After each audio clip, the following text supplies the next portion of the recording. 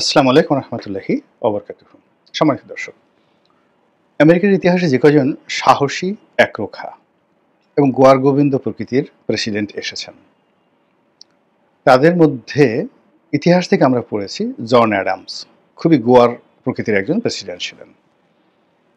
এরপর আরও একজন প্রেসিডেন্ট ছিলেন হ্যারি কে ট্রুম্যান, যিনি দ্বিতীয় বিশ্বযুদ্ধের সময় হিরোশিমা এবং নাগাসাকিতে বোমা নিক্ষেপ করেছিলেন। তারপর আরও একজন রাগী প্রেসিডেন্ট ছিলেন, তিনি হলেন রোনাল্ড রিগান। কিন্তু উনি রাগী হলেও ওনার যে ক্রোধ এবং সৌজন্য এবং ভদ্রতা, এর মধ্যে একটা অসাধারণ, যাকে বলা হয় সৌন্দর্য ছিল, অনেকটা রয়্যাল বেঙ্গল টাইগারের মতো রাজসিকতা ছিল। কিন্তু ডোনাল্ড ট্রাম্পের যে রাগ, যে ক্রোধ, এটা একটা বন্য মহিষের মতো, মানে একটা মহিষ রাগ হলে যে অবস্থা করে ঠিক ওই রকম। তো তার জীবনে অনেক ঝড় এসেছে, বিপদ এসেছে, এবং সে একজন ইউনিক মানুষ, সব দিক থেকে ইউনিক, তার সঙ্গে কারো তুলনা করা যায় না। তো শত বিপদ এবং বিপত্তির মধ্যেও বিশেষ করে জো বাইডেনের সময় তিনি যখন অ্যারেস্ট হলেন, তখনও তাকে যেভাবে অবিচল দেখেছি। কিন্তু ইরান এবং ইসরায়েলের যে যুদ্ধ এই মুহূর্তে চলছে, এই যুদ্ধে তিনি একেবারে বিপর্যস্ত হয়ে পড়েছেন এবং তার চেহারা ভেঙে গেছে এবং তার কণ্ঠ কাঁপছে, এবং তিনি যে আচরণ করছেন, কথাবার্তা বলছেন, অনেকটা এলোমেলো কথাবার্তা বলছেন, যেটার কোনো রাষ্ট্রপ্রধান হিসেবে কনসিস্টেন্সি নেই। দ্বিতীয়ত, তার সঙ্গে যারা আছেন, বিশেষ করে মার্কিন প্রতিরক্ষা মন্ত্রী, পররাষ্ট্রমন্ত্রী, গোয়েন্দা প্রধান তুলসী গ্যাবার্ড এবং অন্যান্য যারা গুরুত্বপূর্ণ ব্যক্তি রয়েছেন, ভাইস প্রেসিডেন্ট, তারা সবাই ট্রাম্পের মতোই এলোমেলো কথাবার্তা বলছেন এবং সকলের কণ্ঠে ভয় এবং আতঙ্ক। তাই জাস্ট আজকের যে শিরোনামটি, মনে হচ্ছে যে এই পরিবেশ পরিস্থিতির কারণে তারা আতঙ্কগ্রস্ত হয়ে তারা আল্লাহ বা তাদের যে গড, তাদের সহযোগিতা, মানে সেই গডের সহযোগিতা তারা কামনা করছেন, প্রার্থনা করছেন। তো আমরা যারা ইসলাম ধর্মাবলম্বী, আমরা কি করি, যখন কোনো বিপদ আপদে পড়ি, আমরা দোয়া ইউনুস পড়ি, লা ইলাহা ইল্লা আনতা সুবহানাকা ইন্নী কুনতু মিনাজ জালিমিন। দোয়া ইউনুসের সঙ্গে আমাদের ডক্টর ইউনুসের কোনো সম্পর্ক নেই। হযরত ইউনুস আলাইহিস সালাম আল্লাহর অতি কেতাদুরস্ত একজন বান্দা ছিলেন এবং একজন মশহুর নবী ছিলেন। মহান আল্লাহ তাকে ভালোবাসতেন এবং তাকে যে দায়িত্ব দিয়েছিলেন আল্লাহ রাব্বুল আলামিন, সে দায়িত্ব তিনি চমৎকারভাবে পালন করেছিলেন। কিন্তু দায়িত্বের একটা সময় তিনি আল্লাহর কাছে কিছু চাইলেন বা দোয়া করলেন। আল্লাহ তার সেই দোয়া কবুল করেছিল, কিন্তু তিনি সীমা অতিক্রম করে মনে করেছিলেন যে একটা নির্দিষ্ট সময়, আমরা যেমন বলি না, হয়ে যা সেম সেম, খুলে যা সেম সেম, এক্ষুনি হও, এরকম একটা জিনিস। তো যা হোক, তিনি একটি জাতি এবং ধর্ম বর্ণ সম্প্রদায়, যে সম্প্রদায়ের মধ্যে ইসলাম প্রচার করতেন, সেই সম্প্রদায়ের লোকরা মানে তার কথা শুনল না। তিনি আল্লাহর কাছে বললেন যে, হে আল্লাহ, তুমি এদেরকে ধ্বংস করে দাও, এবং প্রকাশ্যে তিনি বলে তিনি মনে করলেন তার দোয়া কবুল হয়ে গেছে, তিনি সেখান থেকে চলে গেলেন অন্য একটা জায়গাতে। এবং বহুদিন পর তিনি ফিরে এলেন। ফিরে আসার পর দেখলেন যে জনপদ ধ্বংস হয়নি, তিনি একটু মনক্ষুণ্ণ হলেন আল্লাহর প্রতি। দ্বিতীয়ত, যারা লোকজন তাকে বদদোয়া করতে শুনেছিল এবং তাকে আল্লাহ নবী হিসেবে তারা টিটকারি করতো যে কিসের নবী, তো তারা আরও টিটকারি বাড়িয়ে দিল, এবং এই কারণে তিনি আবার সেই জনপদ ছেড়ে যখন চলে যাচ্ছিলেন, তখন আল্লাহ রাব্বুল আলামিন তাকে আবার একটা পরীক্ষার মধ্যে ফেললেন, এবং সেই কাহিনী আমরা জানি যে সমুদ্রে তাকে নিক্ষেপ করা হলো, তাকে একটি মাছ গিলে খেলো, এবং যখন সমুদ্রে নিক্ষেপ করা হলো গভীর রজনী, আবার যখন সেই মাছটি তাকে গিলে খেলো, এবং সেই মাছের পেটের অন্ধকার, রাতের অন্ধকার, এবং সমুদ্র তলে সেই মাছটি আবার সমুদ্রের তলে চলে গেল, সেই ত্রিমুখী অন্ধকার।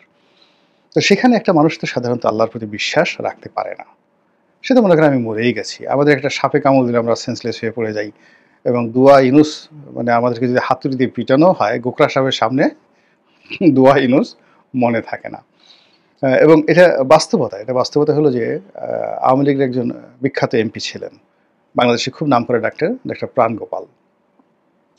তো ডক্টর প্রাণগোপাল এই কথাটা বলছিলেন। উনি তো আপনারা সবাই ডক্টর প্রাণগোপালকে চিনেন। তো মহান মুক্তিযুদ্ধের সময় ওনারা পালিয়ে ভারত যাচ্ছেন মুক্তিযুদ্ধ করার জন্য। তো পথে খান সেনারা, পাকিস্তানি সৈন্যরা তারা লোকজন থামিয়ে মুসলমানি করে কিনা দেখে, এটা দ্বিতীয় ফেজে। তারপর কালেমা জানে কিনা এটা পরীক্ষা করে, এবং তাদের সাথে রাজাকাররা থাকে, আলবদররা থাকে, আশামস থাকে। তো প্রাণগোপাল এবং তার এক বন্ধু, খুবই বিশ্বস্ত বন্ধু, তারা ভারত যাচ্ছে। তো প্রাণগোপাল হিন্দু, আর তার বন্ধু যে আছে সে তো মুসলিম। এখন পথে হিন্দু, মানে সে তো হিন্দু, কিন্তু তারপরে সে লা ইলাহা ইল্লাল্লাহু মুহাম্মাদুর রাসূলুল্লাহ এরকম 4 কলেমা সে মুখস্থ করে ফেলেছে। তো যাই হোক, তারা যখন যাচ্ছে তখন পাকিস্তানি সৈন্যরা থামানোর পরে তো প্রথমে প্রাণগোপালকে জিজ্ঞাসা করলো, সে 4 কলেমা বলে ফেললো মুখস্থ। তো তাকে ছেড়ে দিয়ে ওই যে অরিজিনাল মুসলমান তাকে জিজ্ঞাসা করলো, সে ভয়ে কলেমা ভুলে গেল, এবং পাকিস্তানি সৈন্যরা, রাজাকাররা তাকে স্পট গুলি করে, ব্রাশ ফায়ার করে তারা সেখানে মেরে ফেলে, এই কথা বলছেন। এবং প্রাণগোপাল কিন্তু সেই সাক্ষাৎকারে তিনি কাঁদছিলেন যখন তিনি আসলে এমপি হননি। তো সেটা মনে পড়লো যে এখানে যে আসলে মানুষ যখন বিপদে পড়ে তখন দোয়া ইউনুসের কথাও মনে থাকে না, আল্লাহ নামও মনে থাকে না। তো এইরকম একটা বিপদে, যে বিপদ গোকরা সাপের চেয়ে কোটি কোটি গুণ বেশি, সেই বিপদের মধ্যে পড়ে তিনি কোনো কিছুর কথা চিন্তা করলেন না, সরাসরি আল্লাহকে চিন্তা করলেন, আল্লাহর কাছে আত্মসমর্পণ করলেন এবং আল্লাহর কাছে বললেন যে লা ইলাহা ইল্লা আনতা সুবহানাকা ইন্নী কুনতু মিনাজ জালিমিন। হে আল্লাহ, তুমি ছাড়া তো আমার আসলে কেউ নেই, কোনো ইলাহ নেই। এখন আমি তো নিজের প্রতি জুলুম করেছি, এতটুকু বেশ, আর কিছু করার দরকার নেই। তিনি বললেন না আমাকে রক্ষা করো, আমাকে বাঁচাও, আমাকে মাফ করো, কিছুই বললেন না। শুধু বললেন যে তুমি ছাড়া আর কোনো ইলাহ নাই, লা ইলাহা ইল্লা আনতা সুবহানাকা ইন্নী কুনতু মিনাজ জালিমিন। মানে তুমি সমস্ত দুর্বলতা এবং অক্ষমতা থেকে মুক্ত, তুমি না পারো পৃথিবীর এমন কোনো কাজ নাই, আর আমি এত খারাপ যে আমি তোমার বান্দা হিসেবে তোমার শুকরগুজার হতে পারিনি, আমি নিজের প্রতি জুলুম করেছি। আল্লাহর এই যে দোয়াটি, হযরত ইউনূস আলাইহিস সালামের দোয়াটি এত পছন্দ হলো যে তিনি তাকে সেই মাছের পেট থেকে রক্ষা করলেন, এবং এই স্মৃতিটিকে কিয়ামত পর্যন্ত জাগরুক রাখলেন তার বান্দাদের জন্য, এবং এটির নাম দোয়া ইউনূস কালামে পাকে রয়েছে। বিপদে পড়লে আমরা এই দোয়া পড়ি। এখন ডোনাল্ড ট্রাম্প যে বিপদে পড়েছেন, তিনি তো ইচ্ছা করলে এখন দোয়া ইউনূস পড়তে পারবেন না।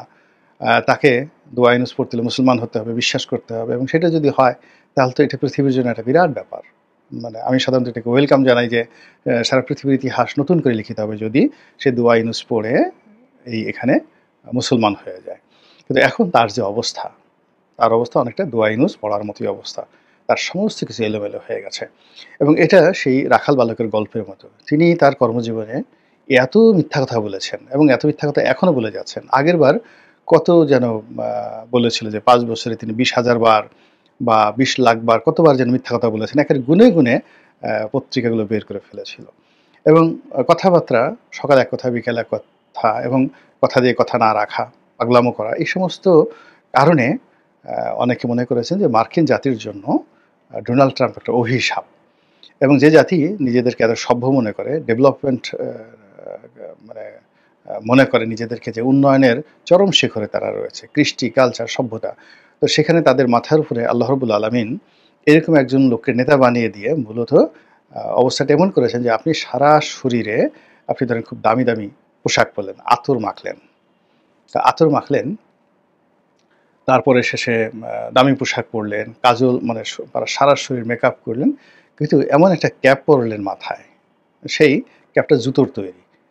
ছোট ছোট বাচ্চাদের বা বড়দের 100টা জুতো দিয়ে সুন্দর করে একটা ডিজাইন করে, যাকে বলা হয় আপনি একটা মুকুট বানালেন এবং সেটা পরে ঘুরে বেড়াচ্ছেন। বলেন তো আপনাকে দেখে লোকজন কি বলবে? তদ্রূপ একটা জাতিকে যখন আল্লাহ রাব্বুল আলামিন শাস্তি দিতে চান, তখন সেখানে এরকম ডোনাল্ড ট্রাম্পের মতো নেতা তাদের মাথার উপর বসিয়ে দেন, এবং সেই জাতির অপমানের জন্য এরকম একজন নেতাই যথেষ্ট। এই গেল ডোনাল্ড ট্রাম্পের অবস্থা। দ্বিতীয়ত, নেতানিয়াহু, এই ভদ্রলোক ইসরায়েলের রাজনীতিতে যে উগ্রতা দেখাচ্ছেন, ইসরায়েলে প্রথম থেকেই যারা প্রেসিডেন্ট হন, প্রধানমন্ত্রী হন, কিংবা প্রতিরক্ষা মন্ত্রী হন, এরা খুবই উগ্র প্রকৃতির মানুষ, উগ্র ইহুদিবাদ। কিন্তু এর মতো এরকম উগ্র, নেতানিয়াহুর মতো এরকম উগ্র ইসরায়েলের ইতিহাসে কখনো আসেনি। এখন এই নেতানিয়াহু যেভাবে তার রাষ্ট্রটিকে, ইসরায়েল রাষ্ট্রটিকে অশান্তির মধ্যে নিয়ে গেছে এবং এটাকে রীতিমতো অস্তিত্ব সংকটে ফেলে দিয়েছে, এটি ইহুদি জাতির জন্য একটা বিরাট কলঙ্ক এবং এ জাতির অস্তিত্ব নিয়ে টানাটানি শুরু হয়েছে। এবং এমনি একটা প্রচলিত প্রবাদ যে ইহুদি জাতি যখনই কোনো একটা রাষ্ট্র গঠন করেছে তারা সর্বোচ্চ ৮০ বছর রাজত্ব করতে পেরেছে, ৮০ বছর পরেই তাদের পতন হয়েছে। তো সেই দিক থেকে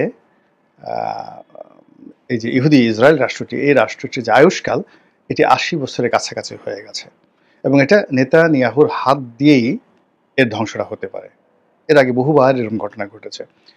নেতানিয়াহুর চাইতেও শক্তিশালী উগ্র শাসকরা হয়তো দেখা গেল যে আগে এভাবে রাজত্ব করেছে, কিন্তু নেতানিয়াহু যে পরিবেশ পরিস্থিতিতে পড়েছে অতীতে কখনো এই ইহুদি রাষ্ট্রটি, এই জেরুজালেমে বহুবার তারা রাজত্ব করেছে, এরকম বিপদে পড়েনি। তো যাই হোক, এখন নেতানিয়াহু তার ভুল স্বীকার তাকে এখন করতেই হবে, তাকে তওবা করতে হবে এবং তওবা শুধু করলে হবে না, তাকে তার যে জায়গা সেখানে ফিরে আসতে হবে। অর্থাৎ যে অন্যায় তিনি গাজার উপর করেছেন, যে অন্যায় তিনি লেবাননের উপর করেছেন, যে অন্যায় তিনি ইরানের উপর করেছেন, ইরানকে নেতৃত্ব শূন্য করার জন্য, হেজবুল্লাহকে নেতৃত্ব শূন্য করার জন্য এবং হামাসকে নেতৃত্ব শূন্য করার জন্য, তিনি হুতিদেরকে নেতৃত্ব শূন্য করার জন্য যে নির্মম নিষ্ঠুর হত্যাকাণ্ড তিনি চালিয়েছেন ইরানের মাটিতে, লেবাননের মাটিতে, সিরিয়ার মাটিতে, সব জায়গাতে গুপ্তঘাতক পাঠিয়ে, যেখানে একজন মানুষকে খুন করা মানে সারা পৃথিবীর মানুষকে খুন করার সমান্তর, সেখানে তিনি পৃথিবীর অসংখ্য মহামানবকে তিনি খুন করেছেন সন্ত্রাসী আখ্যা দিয়ে, তার রাষ্ট্রের জন্য ক্ষতি করে জন্য তিনি কাসেম সুলাইমানির মতো বিশ্ববিখ্যাত একজন জেনারেলকে খুন করেছেন। এরপর আরও বহু সংখ্যক শত শত মানুষকে তিনি খুন করেছেন। ফলে এখন যে সময়, এই সময়টাতে ইরান এবং ইসরায়েলের যে যুদ্ধ, এই যুদ্ধের ফলে তার জন্য যে পরিস্থিতি তৈরি হয়েছে, আমার কাছে মনে হচ্ছে যে ফেরাউন হযরত মুসা আলাইহিস সালামের সাথে যুদ্ধ করতে গিয়ে একেবারে শেষ পর্যন্ত যে বিপদে পড়েছিলেন, যখন তওবার যে দরজা তার জন্য বন্ধ হয়ে গিয়েছিল, স্বয়ং জিবরাইল আলাইহিস সালাম তাড়াহুড়ো করছিলেন যেন কোনো অবস্থাতেই ফেরাউন এই নীল দরিয়ার মধ্য থেকে বা সাগরের মধ্যে যে পথ আল্লাহ তৈরি করে দিতেছেন, সেই পথে যে তাড়া করছিল সে হযরত মুসা নবীর পেছনে, সেখান থেকে সে যেন ফিরতে না পারে, সে যেন পানির মধ্যে মরে যায়। এর কারণ হলো সে যদি কোনো কারণে ভিতর সন্ত্রস্ত হয়ে তওবা করে ফেলতে পারে, তাহলে আল্লাহ যে অপার করুণাময় দয়াময়, সেটা আল্লাহ ক্ষমা করেও দিতে পারে। এই জন্য মানে তার তওবা যেন কবুল না হয়, এই জন্য স্বয়ং ফেরেশতা জিবরাইল আলাইহিস সালাম তাড়াহুড়ো করেছেন। তাফসিরে পড়ে দেখেন, তাফসিরে কবির বর্ণনা, বিখ্যাত তাফসির গ্রন্থে এইভাবেই আছে। এবং পরবর্তীতে আল্লাহর সঙ্গে জিবরাইল আলাইহিস সালামের যে কথা হয়েছিল সেখানেও চমৎকার এটার বর্ণনা রয়েছে। তো সেই ক্ষেত্রে নেতানিয়াহু মানে তিনি এখন এই বর্তমান পৃথিবীতে এতটা ঘৃণিত, তো ফেরেশতা কুল তার সম্পর্কে কী সিদ্ধান্ত নেবে আমরা জানি না, কিন্তু আমরা যারা সাধারণ মানুষ, আমরা কোনো অবস্থাতেই চাইব না যে তার তওবা কবুল হোক। আমরা দুনিয়া এবং আখেরাতে এই নেতানিয়াহুর শাস্তি চাই। মহান আল্লাহ আমাদের সবার হেদায়েত কবুল করুন, দয়া করুন, করুণা করুন এবং এই পৃথিবীর কল্যাণ সাধন করুন। আসসালামু আলাইকুম ওয়া রাহমাতুল্লাহি ওয়া বারাকাতুহু।